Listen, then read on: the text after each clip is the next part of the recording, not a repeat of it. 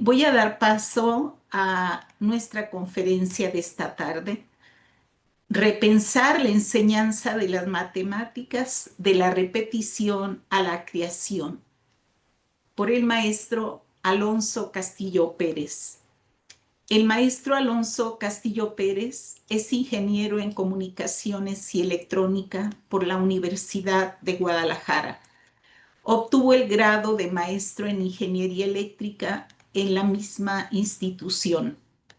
Inició a dar clases en 1970 en una escuela primaria federal. En 1972, mientras cursaba el cuarto semestre de ingeniería, empezó a impartir clases de cálculo diferencial e integral, ecuaciones diferenciales y métodos numéricos con programación en Fortran 4 en la Facultad de Ingeniería de la Universidad de Guadalajara. En 1975 ingresó a la Comisión Federal de Electricidad, División Jalisco, como jefe de estudios. Ese mismo año comenzó a dar clases en la Normal Superior de Jalisco, recién creada entonces. Era el tiempo de la reforma educativa impulsada por el gobierno de Luis Echeverría bajo la orientación de la OCDE. En 1980 se formó la Facultad de Ciencias de la Universidad de Guadalajara y empezó también a dar clases ahí. A pesar de las carencias materiales y académicas de la nueva facultad, pudo apreciar la belleza de las definiciones, de las generalizaciones, de la inteligencia de una acotación, de lo fascinante de la filosofía y la historia de la matemática. En 1985 comprendió que la docencia en matemáticas debía encontrar un equilibrio entre el algoritmo, las ideas y la capacidad de describir el mundo con matemáticas. Con el nuevo siglo se interesó en la neurodidáctica. Gracias, maestro Alonso. Adelante. Muchas gracias, Leti. Pues quiero aprovechar antes de empezar para agradecer porque hay presencias aparte de los que ya saludé, que me emociona mucho que se hayan conectado. Por ejemplo, a la distinguida maestra Rebeca Salgado, muchas gracias. Hasta secretario académico de, el Centro Universitario de los Lagos, Luis Javier, extraordinario, extraordinario doctor Luis Javier, tipo al que yo le agradezco tanto, tanto, tanto, tanto, un hombre extraordinario, casi lo que él es capaz de hacer prácticamente es increíble. Necesitarían conocerlo. Y a César. Perdón, Camilo Carmona, que está por aquí, ¿te acuerdas? Leti era el oficial mayor o menor, todavía no, antes de que tú no estuvieras, y por ahí andaba también Celso. Pero muchas gracias, no sé si hay alguien más se me escape, después nos vemos. Estoy viendo que está el distinguidísimo doctor en matemáticas Alonso Castillo Ramírez, nivel 2 del ESNI, etcétera, ¿no? Muchas gracias, Alon, por estar aquí. Bueno, muy bien. Voy a empezar, ¿sí? Bueno, tengo que hacer un repaso muy breve sobre la pedagogía, porque tal cual me imaginé, ustedes esperan que hable de eso y de lo que no quiero hablar. Pero voy a tener que decir qué es lo que no quiero hablar, lo que no voy a mencionar y que me gustaría que este seminario se acotara lo más que pudiera en esos sentidos, ¿no? Quiero hacer un breve resumen para que esté claro que estoy considerando todos los aspectos didácticos y pedagógicos que existen, que están pendientes, ¿no? Bueno, un breve resumen. La pedagogía nace con Comenio, en un sentido en este famoso checo, extraordinario checoslovaco, democratizador. Recordemos que antes de esto, estamos hablando del siglo XVII. El siglo XVII, pues la educación pública no existía. La educación era para hacer curas, para clases privilegiadas, algo en algunos lugares, ¿no? Y entonces, pues la idea de Comenio, el creador, el padre de la pedagogía, conocido como el padre de la pedagogía, es que hay que enseñar todo a todos. Gran democratizador, incluyó a las mujeres, lo que nunca se había hecho, ahora está muy de moda. lo incluyó a los pobres, incluyó a los trabajadores y habría que enseñar todo a todos. Y además hizo una didáctica, la didáctica magna, que tiene algunas recomendaciones buenas. Ahora sorprenderían que no hay que golpear a los niños, que hay que tratarlos con afecto, etcétera. Pero bueno, esto ahí está. El siglo siguiente, el siglo de las luces, el siglo educador por antonomasia, el siglo XVIII, el siglo educador de toda la historia de la humanidad. Claro, el siglo de las luces, ilustración o enciclopedismo por la obra de Diderot y de Alembert. Estos hombres se dieron cuenta que el conocimiento crecía y crecía y crecía y que ya no era posible enseñar todo a todos. El ideal del hombre renacentista, del sabio universal, se acababa. Ahora había que, nacen las asignaturas o lectures, como se llama en inglés, había que dosificar, que es hacer una selección de qué hay que enseñar. Entre paréntesis, creo que algunos diseños de programa educativo todavía no llegan a este nivel porque enseñan todo lo que se les ocurre. No hacen no hacen, como dijéramos, una curaduría. Hay que enseñarle todo a todos, pero no se puede enseñar a todos. Quedó esta ambición, pero yo creo que de todos modos el siglo de las luces nos queda este dominio del el deseo de, eh, de una democratización de la educación. Bueno, eh, pues paradójicamente, es el siglo ya lo había dicho, ¿no? Hay contribuciones muy importantes y la ciencia así crece, se crea esta nueva era en la que ahora nosotros pensamos que hay que trabajar todo el tiempo.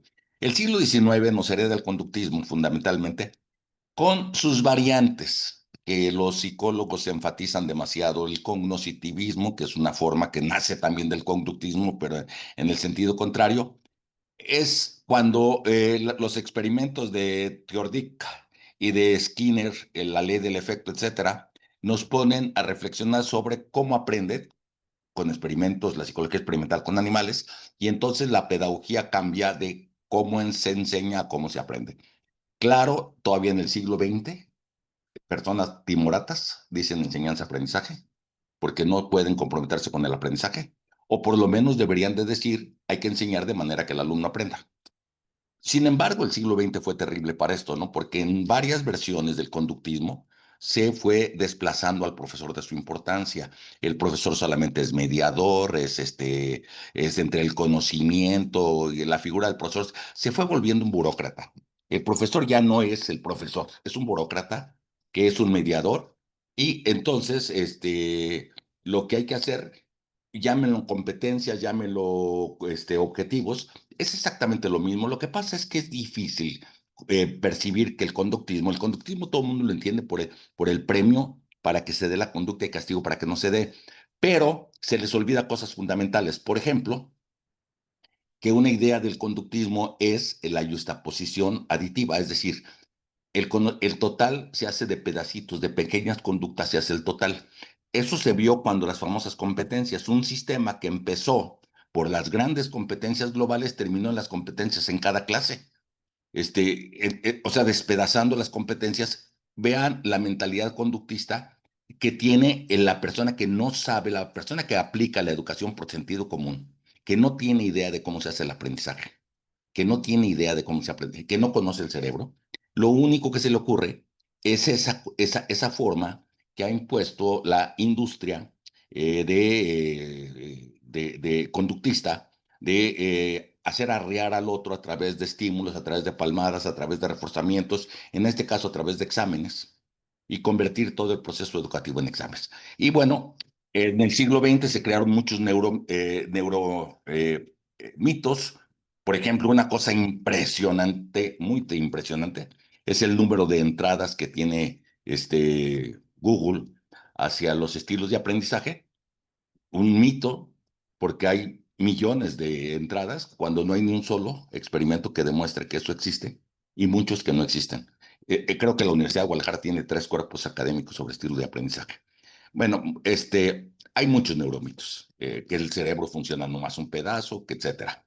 Cuando llega la web, la World Wide Web, en el 91, las cosas se cambian, porque resulta que el conocimiento ya no es el objetivo.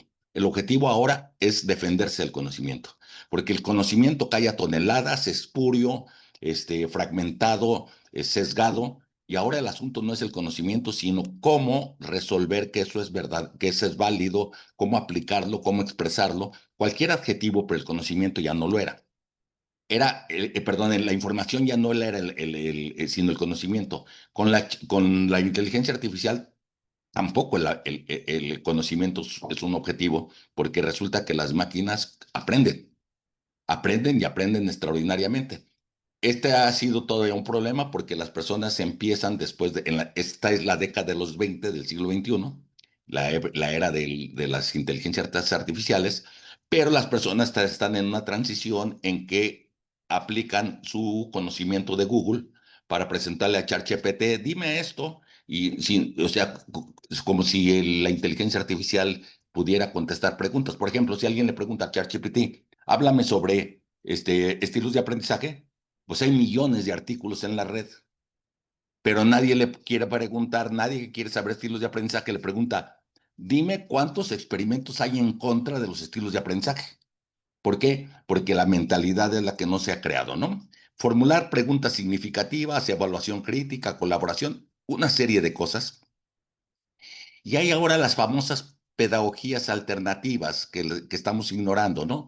Por ejemplo, han surgido últimamente la de indagación, hay algunas. Pero la verdad de las cosas es que este es un problema, el problema de la enseñanza es un problema que tenemos en todas las áreas, no nomás en matemáticas, pero es en todas las áreas, pero fundamentalmente vale la pena detenerlo un poco en matemáticas antes de pensar que enseñamos, porque corremos el riesgo de encontrar extraordinarios métodos para enseñar cosas que no tienen importancia enseñar. Eso es una situación muy grave que deberíamos pensar. eh, Ya podemos enseñar con toda la tecnología, gamificación que les encanta, divertido, chistoso, todo lo que sea, todos los métodos, sin cuestionarnos lo fundamental que estamos enseñando. Porque pasamos de un discurso muy idealizado de lo que es la matemática a lo que enseñamos, que es totalmente distinto. La matemática tiene un paralelismo. Yo diría que habría varias formas, varias áreas en las cuales son fundamentales para que un individuo tenga herramientas para mirar el mundo. Sin duda alguna, una de las más importantes, aparte de la matemática, es la filosofía, y está fuera de la currícula. ¿Cómo es que quedó? Hay un paralelismo. Esta es la lección que los profesores de matemáticas tenemos que aprender. La filosofía salió. Lo mismo diría para la literatura. Todavía no ha salido, pero no me voy a referir a la literatura porque no tengo tantas herramientas como para hablar de lo que pasó con la literatura, el arte, el baile o el deporte, que son cosas importantes en la formación de un individuo las ciencias experimentales. No quiero hablar de eso porque creo que tienen su propia lógica. Me voy a referir a dos cosas muy cercanas. Filosofía, que es el que ya consumó su fracaso total, y matemáticas, que está a punto de caer en el mismo vicio. ¿Quién mató a la filosofía? Los profesores de filosofía. Ellos traicionaron a la filosofía. Empezaron a enseñar historia de la filosofía. Empezaron a enseñar qué pensaba Aristóteles y qué pensaba Platón, con la ilusión de que la filosofía libera, hace no sé cuántas cosas, pero ellos no se refieren a cuando un estudiante se cuestiona, por ejemplo, si es posible que alguien sea al mismo tiempo que sea eh, altruista, pueda ser muy egoísta. Problemas filosóficos, es decir, la filosofía como una acción, como un intento de comprensión, como un esfuerzo de comprensión del mundo, del universo, no como una historia de lo que pensaron otros, no como qué pensó sobre la metafísica Aristóteles. En el siglo XX, sobre todo en el XXI, han resurgido grandes filósofos. Sin embargo, la filosofía no vuelve al aula en mucho tiempo. Está tan desprestigiada su enseñanza. Y en el mismo camino está la matemática. Yo voy a examinar por qué. tal vez no sea tan pronto su caída, porque en este momento lo que están haciendo los matemáticos en el mundo es extraordinariamente importante. Hay más preguntas, más respuestas que en toda la historia de la humanidad. Su utilidad es extraordinaria porque todo lo que vemos en la computación, todo el progreso que vemos, todo lo que vemos en la ciencia computacional, la inteligencia artificial, las redes tienen un fundamento en matemáticas. Están prestigiadísimas, pero eso, y además la matemática te hace, no, eso la verdad de las cosas es que no es lo que estamos enseñando. De lo que estamos enseñando, nada de eso cumple con las condiciones de lo que es la matemática. Ahora, el problema no lo estoy, ya lo planteó Bourdieu, este extraordinario sociólogo francés en el siglo XX ya planteó que dijo que la matemática era una cosa que se enseñaba en la escuela, sobre todo la escolar, era una cosa que se enseñaba en la escuela que tenía un carácter de prestigio, es decir, alumnos que podían aprender cosas que no les servían para nada, que no tenían ninguna utilidad y que casi nadie quería aprender. Entonces un alumno que sí fuera destacado en matemáticas podía dar cuenta de que era bueno su currículum, aunque lo que hubiera aprendido no tuviera ninguna importancia con su papel que va a desenseñar. O sea, enseñar matemáticas como un asunto de meritocracia, eso ya pasó con la filosofía. Ya ocurrió, ya ocurrió que la filosofía era una cosa de prestigio, pero, pero la reacción se está dando. Cada vez más los estudiantes de educación obligatoria rechazan más la matemática, les importa menos las matemáticas. Y estamos creando un ambiente de élite donde decimos, no, es que la matemática es muy difícil, es que el que quiere saber matemática, no, tenemos que hacerla más facilita, pero jamás cuestionarnos qué es lo que estamos enseñando.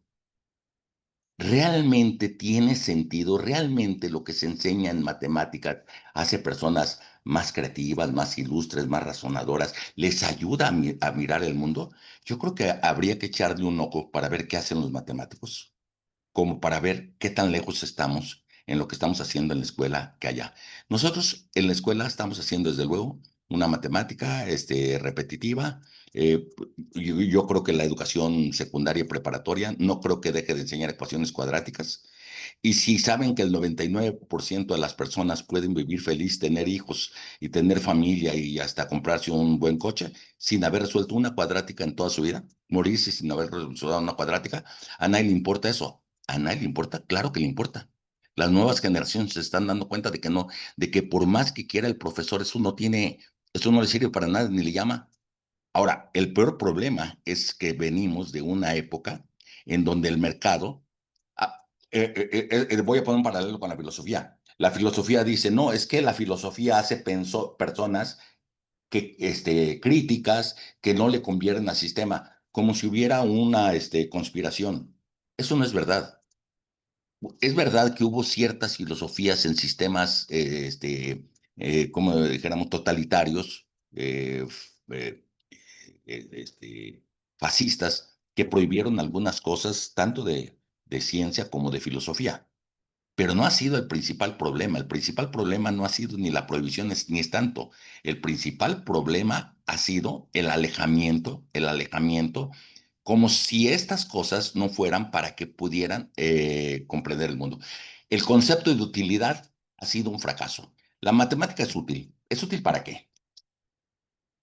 No, es útil porque las redes de computadora, los sistemas de encriptación y los codificadores se hacen con matemáticas, pero no todos vamos a ser ingenieros en computación. La mayor parte de la gente no lo va a hacer. ¿Para qué les útil? Es que las matemáticas están en todos lados y luego ocurren ejemplos tan increíbles. Están cuando tú vas a la cuadra tan forzados, tan intrascendentes. La matemática es útil, pero es útil para otras cosas. Es útil, por ejemplo, para tener una forma de mirar el mundo. Bueno, yo quisiera acercarme un poco a qué es lo que yo he visto que hace un matemático. Bueno, reconoce patrones y busca estructuras. ¿Para qué sirve? Le da una manera de ver al mundo. Un, alguien ve los números triangulares, 1, 3, 6, 15. Y luego ve los números cuadrados, 1, 4, 9, 16, 25. Un matemático se pregunta, ¿qué relación hay entre una cosa y otra? ¿Para qué lo hacen? No tenemos la menor idea para qué lo hace. Pero es muy interesante ver cómo efectivamente a alguien se le ocurre, observa, no está resolviendo ningún ejercicio, resuelve que los dos vecinos de los triangulares dan el 1 y el 3 dan el 4 de los cuadrados, el 3 y el 6 dan el 9 de los cuadrados, el 6 y el 10 dan el 16, etcétera. Esto que parece una pregunta que no sabes para qué sirve, resulta que es una manera es un trabajo que hacen los matemáticos. Y si que alguien quiere saber matemáticas, lo útil es aprender a hacer esto. Voy a poner otro. Eh, los números primos. ¿Quién necesita saber cuántos números primos hay? Pero Euclides demostró, con un método muy elegante, que el número primos es infinito. Y dicen, ¿y eso para qué sirve? Pues yo no sé para qué sirva, pero ahorita es la base del sistema de encriptación de RSA, el más poderoso de las encriptaciones que tenemos, el indescifrable, bueno, todavía ni el cuántico lo alcanza, es con el que están las firmas electrónicas, está basado en los números primos. Y los números primos es una curiosidad, pero si no resolvemos ejercicios con números primos, no tienen importancia los números primos. Una de las cosas más bellas que se disfruta en la matemática. ¿Cómo cosas intuitivas las pueden decir con tanta precisión? Y cómo las cosas que son difíciles para la deducción las hacen con tanta facilidad. Es decir, voy a decir cualquier cosa, el concepto de límite. El concepto de límite intuitivamente, cuando por la derecha y por la izquierda convergen hacia el mismo, pero ¿cómo se construye una definición de eso? O el concepto de independencia lineal. Dos vectores, dos características son linealmente independientes si uno no se deriva del otro, pero eso ¿cómo se calcula? Y viene, cada definición es una obra de arte, de precisión, de elegancia. Es tan inteligente. Cuando uno comprende una definición, cuando un joven comprende una definición matemática, tiene la sensación de estar en un terreno de tanta inteligencia. ¿Eso es útil o no? No está diseñando nada, no está ganando dinero. ¿Será útil que un joven se sienta tan contento de poder entender una definición matemática, de poder entender que la matemática forma parte de unas ciencias formales en donde los objetos son lo que su definición dice que son, y que al definirlos se hacen de tal manera que se puedan derivar conclusiones sin que haya contradicciones? Una cosa extraordinaria es los puentes que conducen entre dos cosas ajenas. Voy a poner un viejo ejemplo. Cuando Galileo Galilei, antes de Descartes, teníamos la geometría, la trigonometría. Las curvas eran curvas geométricas y los vectores eran flechas. Y un buen día llega la geometría analítica y dice, bueno, si los vectores en vez de andar por toda la casa, ponemos un sistema de referencias que se junten en el cero. Y en vez de hacer una geometría, una trigonometría tan compleja, podemos medir la distancia entre dos cosas simplemente restando sus coordenadas. Si ya no tenemos que estar ley de los senos, ley de los cosenos, etcétera, sino lo podemos hacer simplemente. Y si una circunferencia, en vez de tenerla solamente como una circunferencia dibujada en un terreno, como hacía los viejos griegos, y la tenemos con una ecuación, bueno, esas son curiosidades, pero esas curiosidades permiten que a una persona en su ojo le quiten la miopía y le quiten el astigmatismo, porque resulta que el cristalino está más grande y si encontramos la ecuación de la circunferencia, la máquina le hace una circunferencia perfecta que le quite el astigmatismo y del tamaño que vaya el foco a donde tiene que ir. Pero sin la ecuación no hubiéramos podido, con dibujito no hubiera podido decir la computadora hacer eso. Y tampoco hubiéramos podido pasar a la inteligencia artificial, porque si los vectores seguían siendo flechas en vez de puntos y de puntos de 2 y 3 coordenadas, puntos de 80,000 coordenadas, características, atributos, no habríamos tenido la inteligencia artificial. Eso es lo que hacen los matemáticos. ¿Es útil o no es útil? ¿En qué consiste la utilidad? Porque la utilidad, bueno, los límites, ponerle límites a las cosas. Saber hasta dónde una cosa funciona y hasta dónde hay que ponerle límites. ¿Cuáles son sus excepciones? Es una manera de mirar el mundo tan fuerte como debería ser la filosofía, como debería ser el arte, como debería ser la música. Son maneras de mirar el mundo. Que una persona tenga más maneras de mirar el mundo, ¿es útil o eso es idealizado? ¿Es realmente idealizado? ¿De qué se trata la educación básica? Se trata de decir que algo es muy prestigiado porque los matemáticos son muy prestigiados y pensar, vivir a sombra de la fama de ellos, enseñando, traicionando a la matemática, enterrándola poco a poco, enseñando cosas irrelevantes. Bueno, la matemática reconoce, es un lenguaje de estructuras, la matemática es un lenguaje de estructuras y como toda estructura, forma. Es un arte, reconoce lo esencial de lo accidental. Realmente es útil platicar que los seres humanos, que los ciudadanos sean capaces de reconocer lo esencial de un tema en vez de lo suntuario, de lo accidental. ¿Cuántas veces uno ve que el problema social que tenemos es que con mucha facilidad nos llevan por las ramas y no hay el talento, el desarrollo para poder pensarse en lo esencial? Formular preguntas precisas en vez de preguntas vagas. Una pregunta precisa, una pregunta que te forma, que te da una formación de honestidad intelectual, porque eres capaz de preguntar por el solo hecho que no lo sabes y que eres capaz de precisarlo sin prejuicios, sin complejos, que es capaz de construir sistemas formales que estructuren una realidad de fondo, que es capaz de hacer deducciones lógicas, de generalizar, pero comprendiendo los límites y de descubrir conexiones sobre lo inesperado.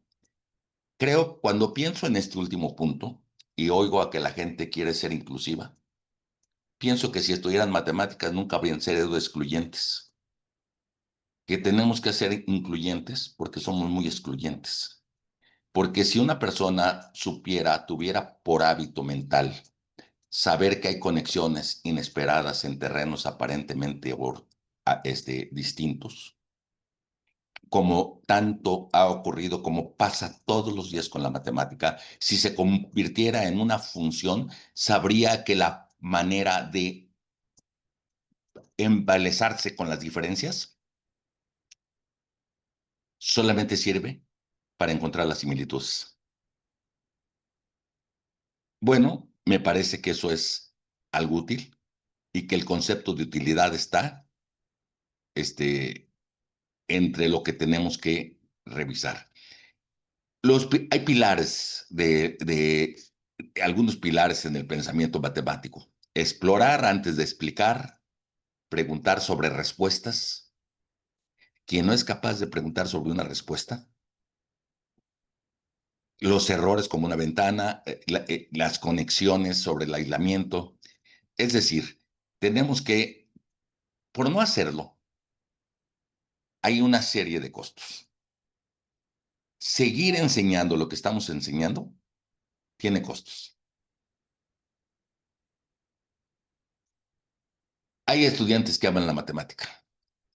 Creo que son privilegiados porque han estado envueltos en algún ambiente que esto les ayuda. El reconocer patrones, la elegancia de una demostración, la satisfacción de resolver un problema genuino, nunca accede a ver en la cáscara del algoritmo y concluyen razonablemente que la matemática es aburrida, arbitraria e inútil. Aprender algoritmos es como querer aprender literatura. Y entonces el profesor de literatura lo que les enseña es el uso de la coma. Eso es lo que realmente hace que alguien ame la literatura. El aprender algoritmos que la computadora puede hacer Y como la computadora puede ser, no hay que usar la computadora, porque la puede hacer y entonces si la computadora la hace, ¿qué hacemos nosotros? Caer en ese vacío. Eh, Creo que tiene mucho que ver con el muchacho que es autodidáctica o que tiene familia y hay una ciudadanía muy disminuida, porque esta manera, este complemento que da la matemática a la visión del mundo es muy importante. Como decía antes, Bourdieu, en el siglo pasado, dice que pues, no siempre había habido matemáticas en la currícula, pero hasta el siglo XIX se generalizó y se incorporó el álgebra, la geometría euclidiana y cosas de esas con respecto. Entonces, Pierre Bourdieu documentó que el sistema educativo francés utilizaba, decía, el dominio matemático como mecanismo de distinción social y selección meritocrática. En La nobleza del Estado, es un libro, La nobleza del Estado, Bourdieu dice, analiza las grandes escuelas francesas donde las matemáticas funcionan como filtro más poderoso para acceder a las élites administrativas y técnicas del país. Se filtra, es un filtro, no es algo útil, pero es un filtro. Entonces, Bourdieu impone el concepto de capital cultural, es el autor del capital cultural, muy distinto del capital económico, pero como cualquier elemento cultural, se emplea para discriminar, excluir o apropiarse de una mayor cantidad de recursos o oportunidades que ofrece la sociedad. Un muchacho que le hacemos estudiar lo que estudia ahora, puede ser que lo que consiga es el mérito de que es capaz de soportar un curso de matemáticas y salir bien. Digamos, en algún otro, estoy hablando no de la profesión de matemáticos puros, ¿no? Entonces, Bourdieu dice que la utilidad práctica, que la matemática no tiene una utilidad práctica a la que se enseña, sino es una capacidad intelectual abstracta. Dice que los profesores de matemáticas ejercen una de las magistraturas sociales más poderosas de nuestra sociedad, que tiene el poder de condenar, usted es un idiota o nulo, o de consagrar, usted es un inteligente simbólicamente. Este, no podemos seguir jalándole tanto al hilo, aprovechándonos del prestigio de la matemática, para nosotros seguir siendo los magistrados de la sociedad que condenan y que salvan a costa de. Insisto, yo creo que la matemática no va a caer tan pronto de la curricular, si no se hace nada, porque tiene el prestigio de los matemáticos todavía vigente y sobre todo con una repercusión económica importante en la vida económica. La filosofía no la tenía solamente, y sin embargo, ¿qué nos ganamos con que tengamos grandes matemáticos y grandes filósofos si el que falla es el profesor? Cuando yo me he preguntado cómo es posible, a ver, pienso en Europa, Europa que está ahorita tan dispuesta para una nueva guerra. He platicado con personas a las que yo respetaba y admiraba mucho, y hace un poco de tiempo me dice, estamos listos para ir a darle una lección a Putin, porque este nos va a quitar las casas y este tipo no entiende más que de eso. Y tú dices, bueno, pero si pasaron por una guerra, todo el humanismo, todo el ame a su prójimo como a ti mismo, toda la filosofía, toda la capacidad de comprensión que está en los grandes filósofos, toda esta forma de pensamiento matemático que te hace, digo, entender, amar las diferencias para encontrar sus similitudes, todas estas cosas, ¿por qué la humanidad sigue muy primitiva? Es que hay que llevarla ahí. Es que no tiene valor por sí mismo el avance de la matemática ni de la ciencia si no hay un avance de la filosofía de los pueblos.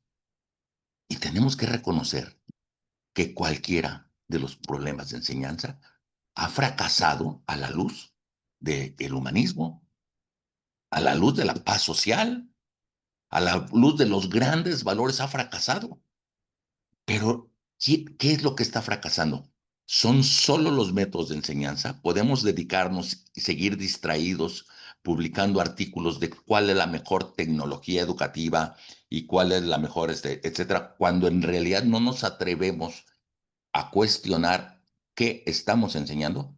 Por una razón, parece que hay varias cosas. Hay varias cosas que pueden ser, pero una que puedo yo decir de inmediato, porque lo vi en la reforma del 70 que me mencionó ahí en mi currículum, Leti. Estas revoluciones no se hacen desde arriba, y menos ahora. Ahora que los puestos políticos y de mando se han burocratizado. Esta reforma se hace desde abajo. El gran conflicto de la reforma de educativa de casi de todos, pero digamos, me estoy refiriendo ahorita a la de Echeverría, vino de la OCDE, impuso la teoría de conjuntos. Las competencias vinieron de la OCDE, se impusieron y se interpretaron como quien quiere y nadie protesta, porque resulta que todo mundo obedece a lo que viene desde arriba, pero ¿hasta cuándo? ¿Hasta cuándo vamos a salvar y a dedicarnos a ordenar, a prestigiar lo que estamos enseñando? Eso sería una pregunta. Bueno, ahí ya la ve también tiene una serie de estudios que cuestionan mucho este rendimiento, estas investigaciones que te pueden llevar a una mayor eficiencia. Tengo un mejor método para enseñar lo que tal vez nunca debió haber enseñado, lo que no tiene importancia enseñar, pero cada vez soy más eficiente, lo enseño con mayor credibilidad, ¿no? Bueno, ese es el tema entonces, qué es lo que esperamos que pudiera pasar? Bueno, el, el cambio solamente puede venir desde abajo. Ya hay una resistencia estudiantil. Hay un síntoma de pérdida de legitimidad. Yo creo que se está viendo ya en algunos lugares. Podemos ver qué pasa en Argentina. En Argentina, donde los estudiantes ya tienen protestas, el 54% de los estudiantes de 15 años admitió que se distraído entre las clases con su propio celular. El 46% señaló que el foco, bueno, lo que podemos hacer aquí es lo que hacen los profesores de primaria, que como su método es tan aburrido, dan Ritalina a los niños. Lo que podemos es seguirles dando Ritalina a lo largo de toda la educación básica para que nos sigan soportando cuando son aburridísimas.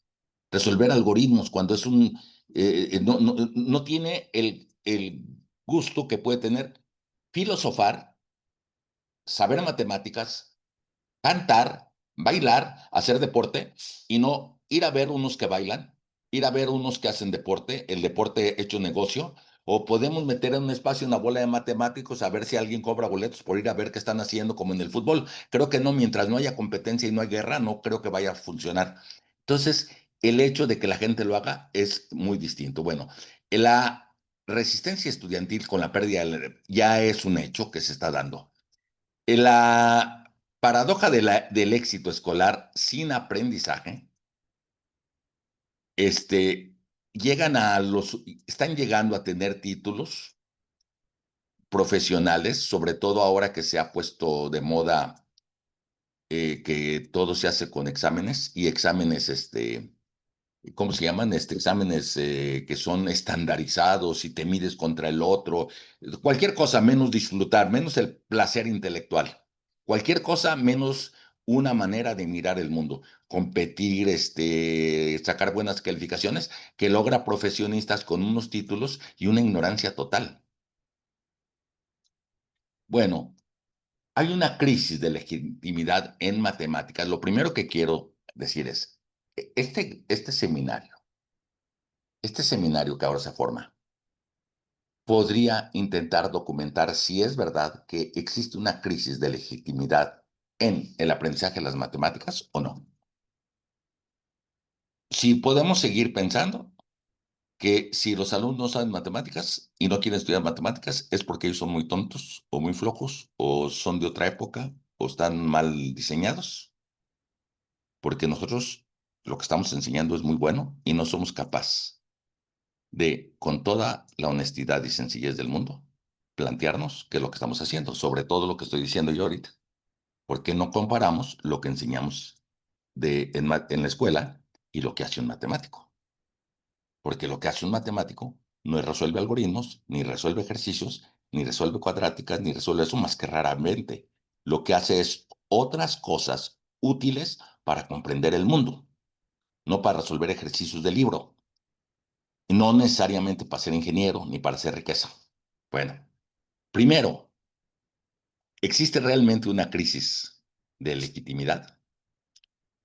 Uy, tenemos que ir contra una transferencia cognitiva del mito pedagógico que hay muchas demostraciones de que no ocurre.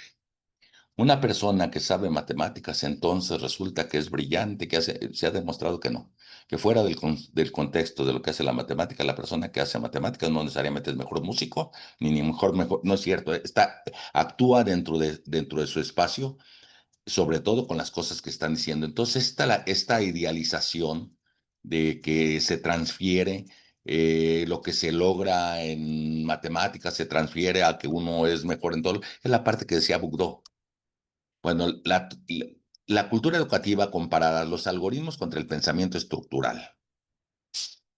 Nosotros en México estamos totalmente derrotados en la prueba de PISA. Por una cosa muy simple. La prueba de PISA pregunta planteamiento de problemas y en México enseñamos resolución de ejercicios. Entonces, mejor nos vamos a salir, como están haciendo ya algunos países. Somos globales, pero de repente cuando nos conviene no somos globales, porque el algoritmo, hay una cosa con el algoritmo. Yo quisiera recordar aquí el asunto de lo que nos enseña Alan Turing. Cuando Hilbert, en su famosa conferencia de 1900, propone que debe haber un algoritmo, a lo mejor hay un algoritmo universal para resolver todos los ejercicios de matemáticas, Hilbert toma el tema. Y si bien desilusiona, perdón, Turing, si bien desilusiona a Hilbert y le dice que no existe tal cosa, sí le dice que existe para muchas cosas y hace la famosa máquina de Turing. Y la máquina de Turing sirve para resolver todo lo que ahora sabemos que resuelve la computadora. Integrales, derivadas. Bueno, pero decir que sirve, el algoritmo de Turing no hace otra cosa desde mi punto de vista que demostrar que son cosas memorísticas, porque la máquina de Turing consiste en decir, yo tengo una memoria en la cual tengo la secuencia de los pasos y los ejecuto. Y si tengo la memoria, ahora a ver, hay personas que nos costaba trabajo entender eso, sobre todo cuando hacíamos algoritmos. Cuando yo hacía integrales y no había computadoras, yo quería pensar que me estaba inspirando, hasta veías el cielo y el techo para que te llegara la expresión. No, es como un poema que está tan bien estructurado que te va fluyendo conforme lo vas diciendo.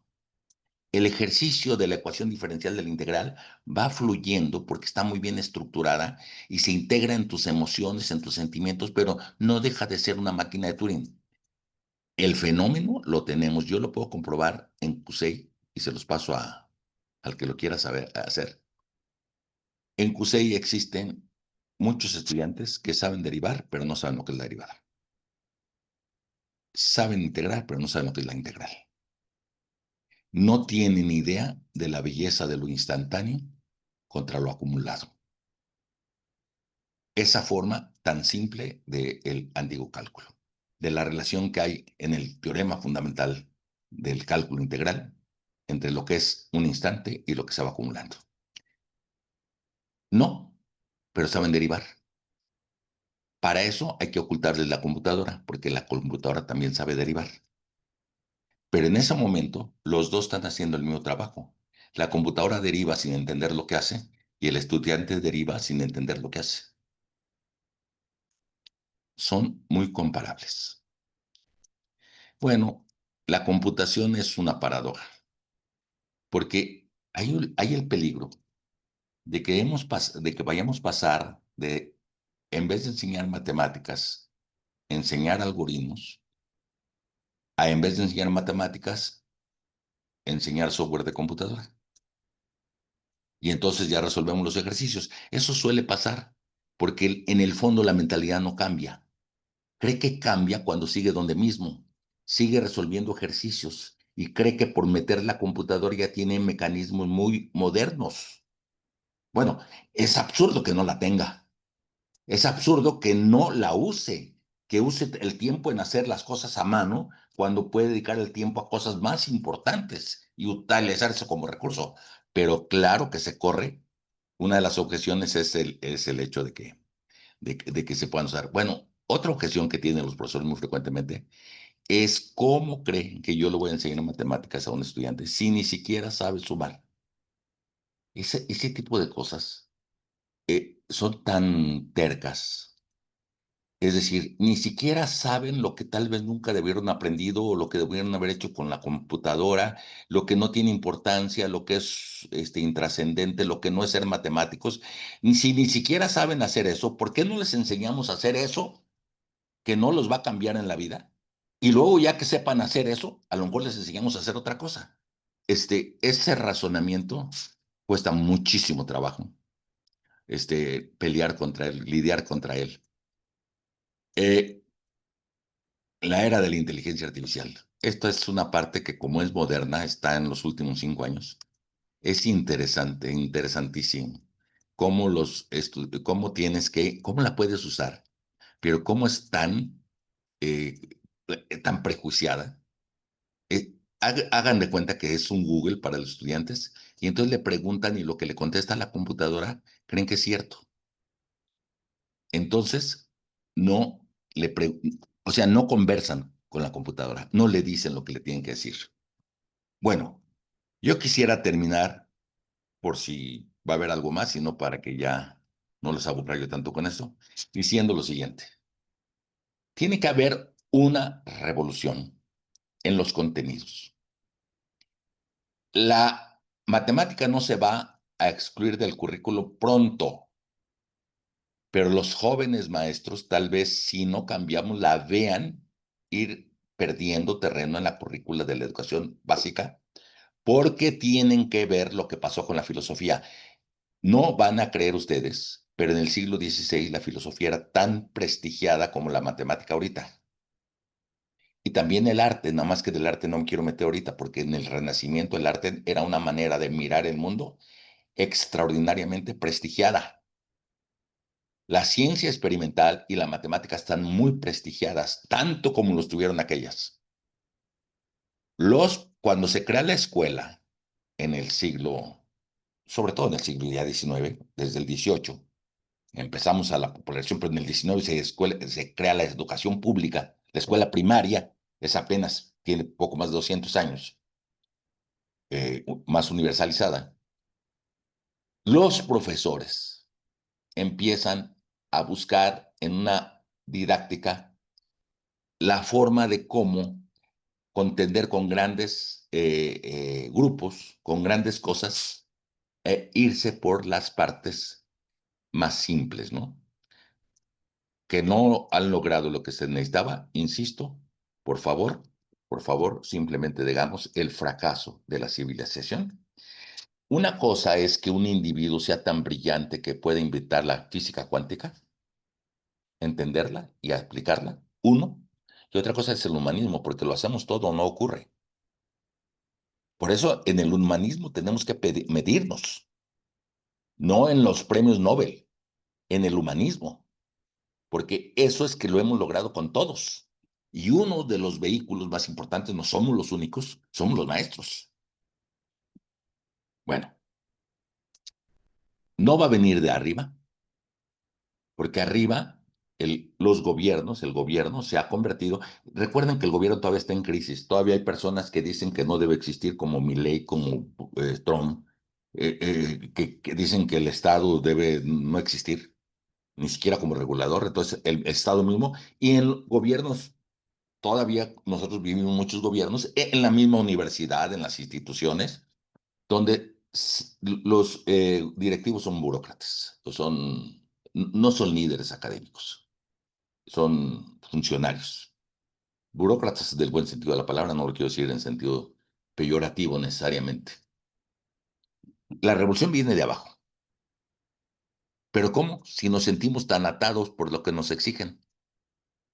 Pues va a venir del lugar donde un grupo de maestros quiera confrontarse con toda honestidad a lo que está enseñando y quiera mirarse al rostro mirarse a la cara y decir si honestamente lo que está enseñando es matemáticas. O si realmente lo que está enseñando tal vez no tenga todas esas cosas que dicen los discursos sobre matemáticas que las cosas tienen. Debemos aprender. Yo nomás quiero mostrar una similitud. Una matemática muerta y una filosofía muerta. Porque la filosofía está muerta cuando no se hace, cuando no se filosofa, cuando se aprende historia. La matemática está muerta cuando se hacen ejercicios, cuando se resuelven problemas del libro, cuando no está viva, cuando no es una manera de mirar el mundo. Entonces, el paralelismo entre la matemática muerta, pero que puede en peligro de desaparecer de los programas de educación obligatoria, y la filosofía muerta que ya desapareció.